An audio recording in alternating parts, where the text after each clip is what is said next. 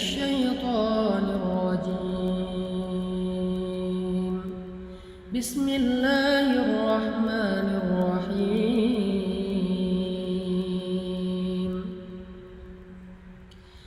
إن الإنسان خلق هلوعا إذا مسه الشر جزوعا وإذا مسه الخير منوعا إلا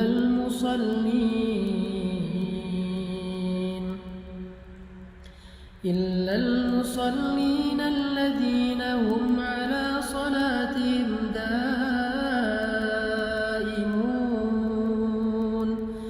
والذين في أموالهم حق معلوم للسائل والمحروم والذين يصدقون بيوم الدين والذين هم من عذاب ربهم مشفقون إن عذاب ربهم غير مأمون والذين هم لفروجهم حافظون إلا على أزواجهم أو ما ملكت أيمانهم فإنهم غير ملومين فمن ابتغى وراء ذلك فأولئك هم العادون والذين هم لأماناتهم وعهدهم راعون والذين هم بشهاداتهم قائمون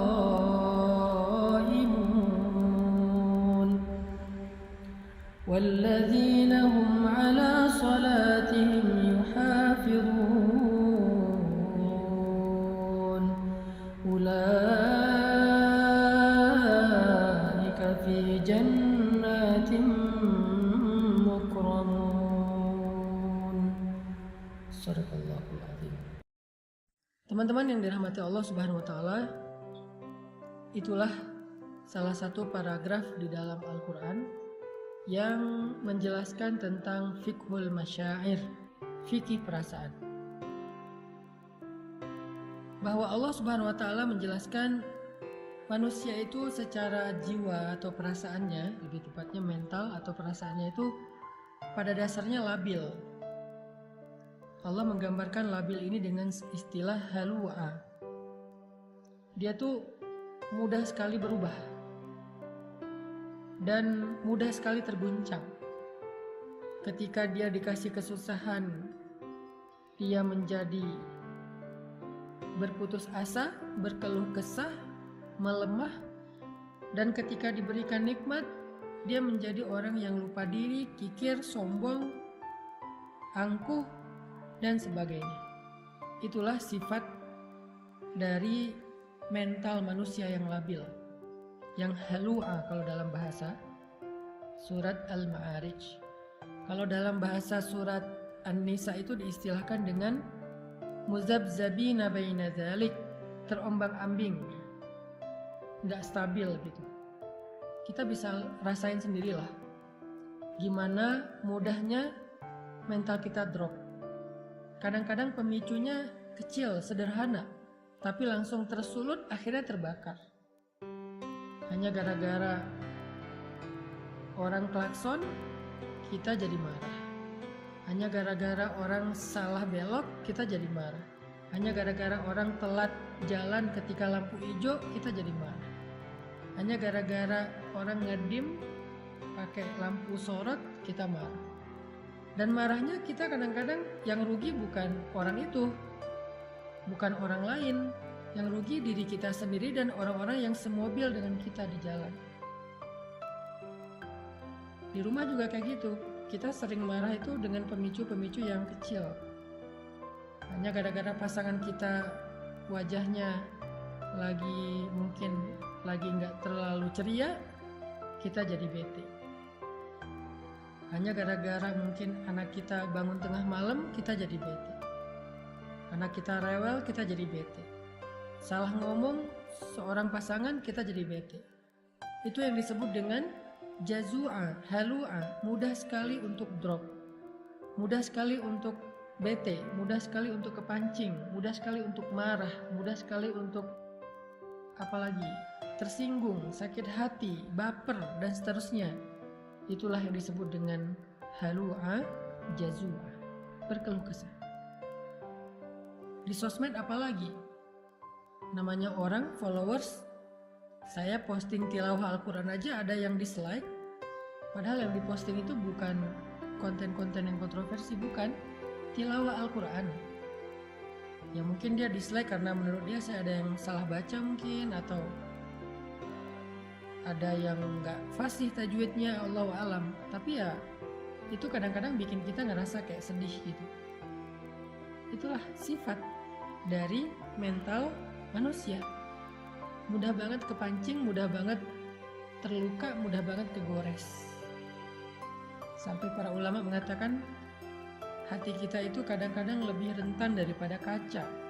Jadi kalau kaca aja kemana-mana, kita kalau bawa itu selalu dikasih stiker fragile.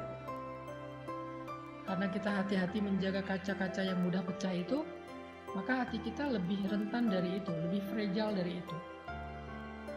Nah, fragile ini salah satu maknanya adalah jazua atau halua. Inilah sifat mental kita, masyair kita. Dan semua orang mengalami itu, apalagi kita yang manusia biasa, pasti sering kayak gitu. Kadang-kadang kita kayak suka sedih ya, kok saya jadi lemah gini ya, kok saya jadi baperan banget sih, kok saya gampang malah kepancing sih. Pas sudah sadar kita jadi sedih, pengen berubah tapi susah. Dan semua perasaan-perasaan yang gak normal ini, yang gak stabil ini akan merusak hubungan kita dengan orang-orang yang kita cintai. Makanya fikih masyair itu penting, fikih perasaan itu penting. Labilnya kita membuat hubungan kita dalam pekerjaan dengan partner kita, dengan teman-teman kita itu jadi nggak mudah. Jadi kondisi halua dan jazua mental kita itu sebetulnya masalah yang membuat hidup kita nggak nyaman. Bersosial media nggak nyaman, di grup nggak nyaman, di rumah nggak nyaman, di jalan nggak nyaman, berteman nggak nyaman, punya keluarga nggak nyaman, dengan mertua nggak nyaman, dengan orang tua sendiri nggak nyaman, dengan siapapun nggak nyaman, karena memang hati dan mental kita itu halua, jazua, kurang woles, kurang easy going. Innal insan khuliqa halua, idza massahu syarr jazua, wa idza massahu khair manua. Jadi poin pertama kita dari paragraf Al-Ma'arij itu adalah mental dan perasaan kita itu dasarnya labil. Hati kita itu labil. Kita tuh labil, pasangan kita labil, anak kita labil, orang tua kita labil. Semua manusia yang kita kenal itu labil. Semua kita itu halua, jazua, manua, semuanya sama. Jadi kita hidup di antara kelabilan-kelabilan perasaan dan hati manusia. Yang hari ini dia sayang sama kita, besok dia bisa bete dan benci sama kita. Yang hari ini dia ngebelain kita, besok dia bisa nyerang kita. Yang hari ini dia muji kita, besok dia bisa mencela kita loh. Itulah manusia. Kadang-kadang orang yang mencela kita itu kita sampai nggak nyangka gitu. Orang yang kita anggap kayaknya baik-baik aja, kita nggak ada masalah pribadi dengan dia, malah kita ngerasa udah baik sama dia, kita udah ngerasa udah banyak bantu dia, tapi tiba-tiba di belakang dia yang nyerang kita, dia yang menjelek-jelekan kita, dia yang memfitnah kita. Itulah manusia. Jadi jangan heran kalau kita ngalamin itu ketika kita bergaul. Kalau kita masih heran pas ngalamin itu, berarti kita kayak naif. Kita pikir kita hidup di antara malaikat, Enggak, kita hidup di antara manusia. Dan kita bagian salah satu di antara itu. Kita juga pernah banget lah ngecewain orang. Nggak tepat janji pernah, bahkan ingkar janji pernah. Kalau nggak tepat janji meleset, kalau ingkar janji ya sengaja aja nggak mau menunaikan janji. Marah-marah pernah, mencela pernah, apalagi menghina pernah. Banyak kok kekecewaan yang pernah kita lakuin kepada orang lain. Jadi jangan heran kalau dalam kehidupan yang labil ini kita melihat seseorang berubah dengan cepat. Itu jangan heran. Toh kita juga kayak gitu. Makanya karena Allah tahu kita diciptakan dalam kondisi mental, perasaan dan hatinya itu labil, gampang terbolak-balik. Dari yang benci jadi cinta atau dari cinta jadi benci itu terjadi di mana-mana. Maka Allah Subhanahu wa taala memberi kita nasihat. Di dalam surat Al-Ma'arij. Karena Al-Qur'an itu adalah tazkiyatun nafs, obat bagi jiwa, syifa'un lima fis sudur, obat penyembuh bagi penyakit-penyakit yang ada di dalam dada, penyakit hati, penyakit perasaan. Al-Quran adalah penyembuhnya. Bukan hanya dawa, tetapi syifa. Kalau dawa itu obat, kalau syifa itu penyembuh. Kalau dawa, obat belum tentu sembuh. Kalau syifa, Allah menjamin akan sembuh. Kalau kita benar-benar memahami dan mengamalkan Al-Quran. Gimana cara memahami dan mengamalkan Al-Quran sementara membaca aja nggak ngerti? Itulah kenapa kita harus belajarnya bareng. Jangan belajar sendiri secara otodidak, ntar salah paham. Kalau dengerin booster, dengerin ceramah yang sifatnya adalah penyemangat, kayak kendaraan tuh dikasih bahan bakar. Kendaraan kalau nggak ada bahan bakar nggak akan jalan, kecuali dengan cara didorong, capek kan? Tapi ada bahan bakar, jalan. Kalau nggak punya setir, nggak punya lampu, itu bisa masuk jurang, bisa masuk selokan, bisa kecelakaan. Nah, belajar secara serius kepada ustadz, guru, ulama itu sama seperti kita menyalakan lampu mobil dan pakai setir. Sehingga kalau jalannya gelap, jalannya belok-belok, kita tetap bisa on the track. Maka booster adalah spirit yang menyemangati kita dalam beramal soleh. Tapi ilmu yang kita belajar seminggu 2 kali dengan live kayak gini adalah lentera. Lentera yang kita bawa untuk menjadi penunjuk jalan, biar kita nggak salah jalan. Kalau kita udah tahu jalannya, booster yang ngedorong kita untuk bergerak. Dua-duanya penting. Jadi Al-Quran, dengan kita belajar serius seperti sekarang, walaupun saya berusaha sebisa saya menggunakan bahasa yang gampang, yang mudah, yang sederhana, tapi kontennya tetap substansial, tetap bedah Al-Quran. Cuman dengan bahasa sederhana yang saya mampu, sesuai dengan bahasa sederhana ketika saya lagi nongkrong bareng dengan teman. Saya nggak mau bahasanya kayak bahasa mimbar banget, bahasa pesantren banget, bahasa kampus banget. Mungkin teman-teman bakal ngerasa kayak berat banget sih pembahasannya. Tapi kalau gini kan kita kayak lagi ngobrol di tongkrongan kita. Tapi pembahasannya Al-Quran. Kayak gini kita belajar. Supaya apa? Supaya dapat lentera. Dapat petunjuk, dapat cahaya dalam berjalan di dalam kehidupan kita. Nah, Allah Subhanahu wa taala menjadikan Al-Quran itu sebagai petunjuk. Hudan lil muttaqin, hudan linnas wa bayyinatin minal huda wal furqan. Al-Quran itu petunjuk. Dan ketika kita pengen mengambil petunjuk Al-Quran, caranya gak cukup baca sendiri. Kita harus membedahnya dengan tafsir, tadabbur, tafakkur, dan seterusnya. Bersama seorang guru. Malam ini kita belajar seperti malam-malam yang udah lalu tentang petunjuk perasaan. Gimana cara mengatur perasaan kita biar hidup kita nyaman. Karena kenyamanan hidup diawali dari dalam diri kita, bukan dari faktor fasilitas yang ada di luar kita. Ada orang yang bahagia walaupun hidupnya sederhana. Ada orang yang sengsara, sedih, mengeluh walaupun dia hidup dalam istana. Kasihan nggak tuh orang hidup dalam istana tapi mengeluh. Orang hidup di gubuk sederhana tapi dia bahagia. Karena orang lupa kebahagiaan itu sumbernya ada di sini. Bukan di rumahnya seperti apa, mobilnya kayak gimana. Buat saya, ternyata bahagia itu sumbernya bukan di dalam fasilitas hidup, tetapi di dalam hati kita. Selama hati kita bisa dibahagiakan, maka kita akan merasa cukup dengan apapun. Jadi, kalau pengen bahagia teman-teman, yang pertama harus kita rawat itu adalah hati dan perasaan kita, bukan tubuh kita. Tubuh kita perlu dirawat, iya banget, tapi itu bukan yang paling utama. Itu perlu, tapi ada yang lebih perlu. Kalau pengen hidup bahagia itu, belajarlah merawat hati dan perasaan kita, jiwa dan mental kita. Dan gimana cara ngerawat hati dan perasaan, jiwa dan mental kita? Bukan dengan skincare, bukan dengan kendaraan baru, bukan dengan aksesoris, bukan dengan fasilitas hidup.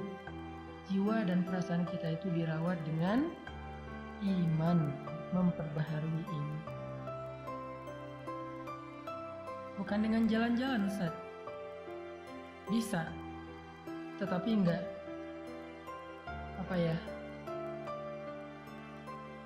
tangguh. Bukankah kita kadang-kadang bete gara-gara jalan-jalan, macet, apalagi yang tinggal di kota-kota besar, baru keluar rumah udah macet, udah capek-capek macet-macetan, sampai di sana cuman sebentar udah tutup, dan banyak lagi masalah-masalah teknis terjadi. Jadi yang harus di happyin itu bukan zahirnya dulu, tapi batinnya.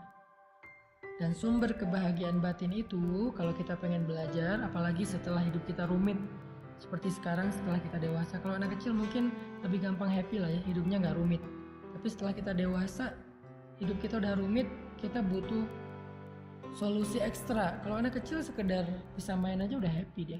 Kalau kita kan nggak. Maka kita butuh Al-Quran, kita butuh ilmu, kita butuh pembaharuan iman, kita butuh booster, kita butuh nasihat, kita butuh fikih perasaan.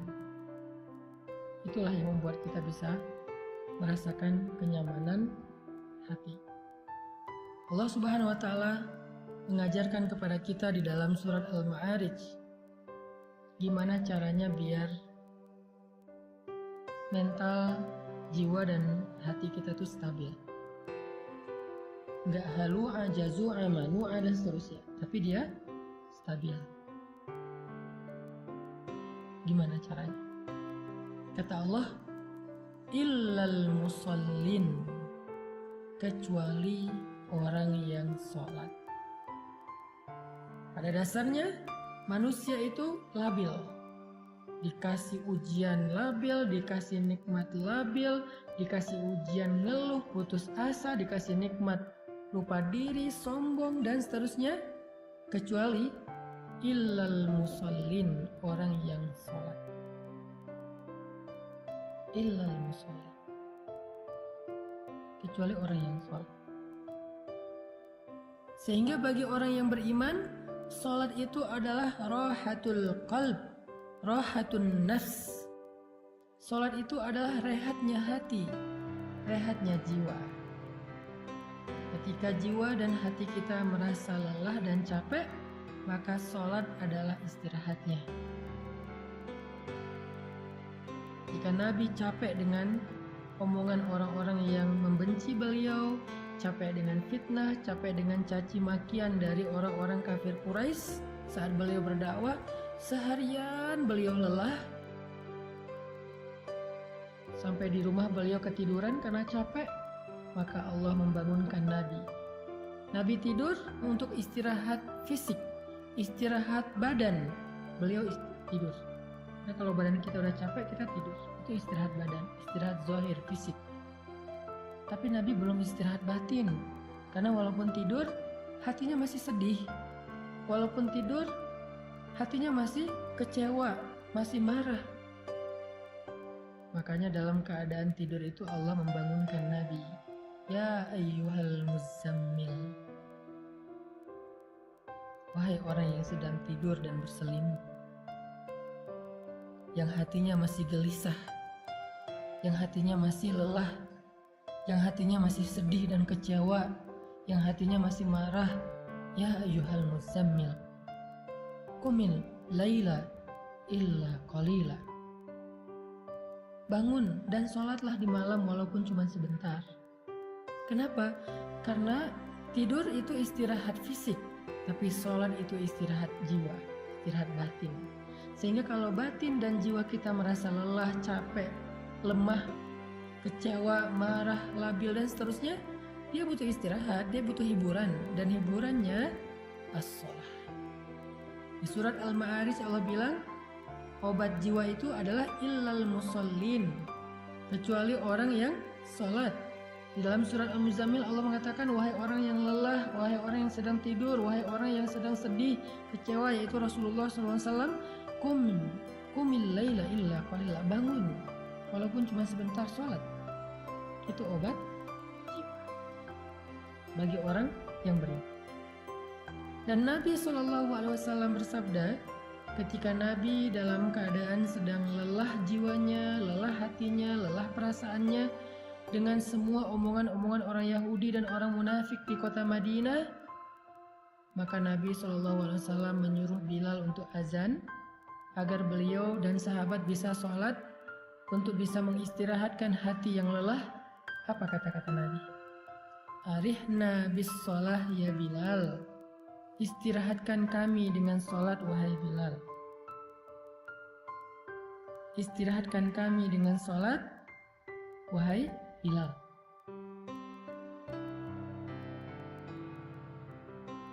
Nabi nggak mengatakan wahai Bilal azan, enggak. Nabi bilang istirahatkan kami dengan sholat wahai Bilal. Maksudnya apa? Jiwa kami capek, hati kami lelah, perasaan kami terganggu, mental kami sedang lemah. Maka istirahatkanlah jiwa, mental, perasaan, dan hati kami wahai Bilal dengan sholat azan maksudnya. Dan Bilal faham, sehingga akhirnya Bilal wudhu, langsung Allahu Akbar, Allahu Akbar, azan. Hayya 'alas shalah.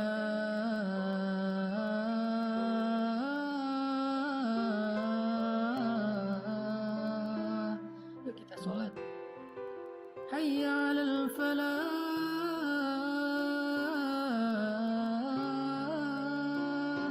Yuk kita memperoleh kemenangan, kebahagiaan, keberuntungan. Jadi bagi orang yang beriman, sholat itu adalah istirahat. Pertanyaannya, gimana cara menjadikan sholat itu sebagai istirahat? Kok selama ini kita malah istirahat setelah sholat, bukan sholat untuk istirahat? Gimana caranya? Kata Allah, alladzina hum ala sholatihim daimun, orang yang sholatnya dawam. Kalau kita pengen mengupgrade sholat kita dari sekedar ritual, kewajiban, gerakan, sampai menjadi sebuah kontemplasi, meditasi, dalam tanda petik, rehat jiwa, rehat ketenangan batin, caranya gimana? Daimun. Sholat itu jangan sesekali, tapi sholat itu harus daimun, harus dawam. Dawam itu artinya kita harus melakukannya dalam waktu yang lama. Kita nggak akan menikmati sholat tahajud kalau cuma sesekali. Kita nggak akan menikmati sholat duha kalau cuma sesekali. Kita nggak akan bisa menikmati sholat sunnah kalau cuma sesekali. Harus dilakukan secara rutin, daimun. Nanti setelah dawam dalam waktu yang lama, Allah akan berikan kepada kita nikmatnya ibadah itu. Allah akan berikan kepada kita kenyamanan dalam ibadah itu. Semua yang dilakukan di awal sesekali apalagi akan berat pasti. Gak akan nyaman, berat.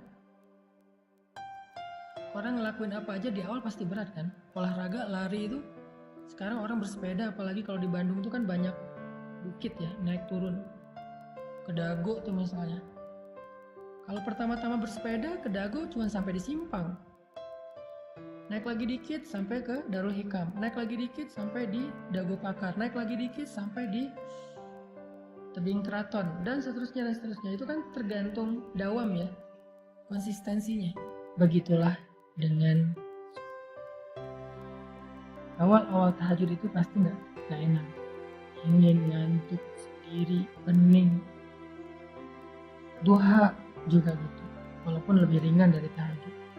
Salat wajib juga kayak gitu, ke masjid juga kayak gitu, subuh apalagi. Kalau mau menikmatinya menjadi rehat, kita harus sabar melakukannya dalam waktu yang lama. Jangan menyerah dulu, karena begitu kita menyerah, nanti kita akan memulai dari awal lagi. Kalau kita intinya daimun, harus dawam, nggak boleh cuma sesekali. Mau menikmati sholat, caranya nggak bisa sesekali, harus dawam. Mau menikmati perjalanan, nggak bisa sesekali. Kita kalau jarang melakukan perjalanan tuh gampang mabuk, gampang capek, nggak betah lama-lama di kendaraan. Apapun kalau dilakukannya belum dawam, nggak akan dapat rasa nikmatnya. Harus dawam. Begitu juga dengan, maka Allah mengatakan alladzina hum ala sholatihim daimun.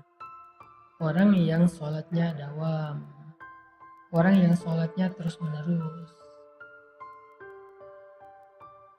Itulah teman-teman solusi dari surat Al-Ma'arij kalau kita pengen menjaga jiwa kita lebih stabil dan lebih bisa istirahat. Kalau sholat udah jadi rehat jiwa, maka begitu kita sedih, kita sholat, Allah akan hibur hati kita. Begitu kita marah, kita sholat, Allah akan tenangkan hati kita. Begitu kita kecewa, kita sholat, Allah akan kuatkan hati kita. Disitulah kita akan merasakan rahatun nafs di dalam sholat. Ternyata sholat itu adalah nikmat bagi jiwa kita.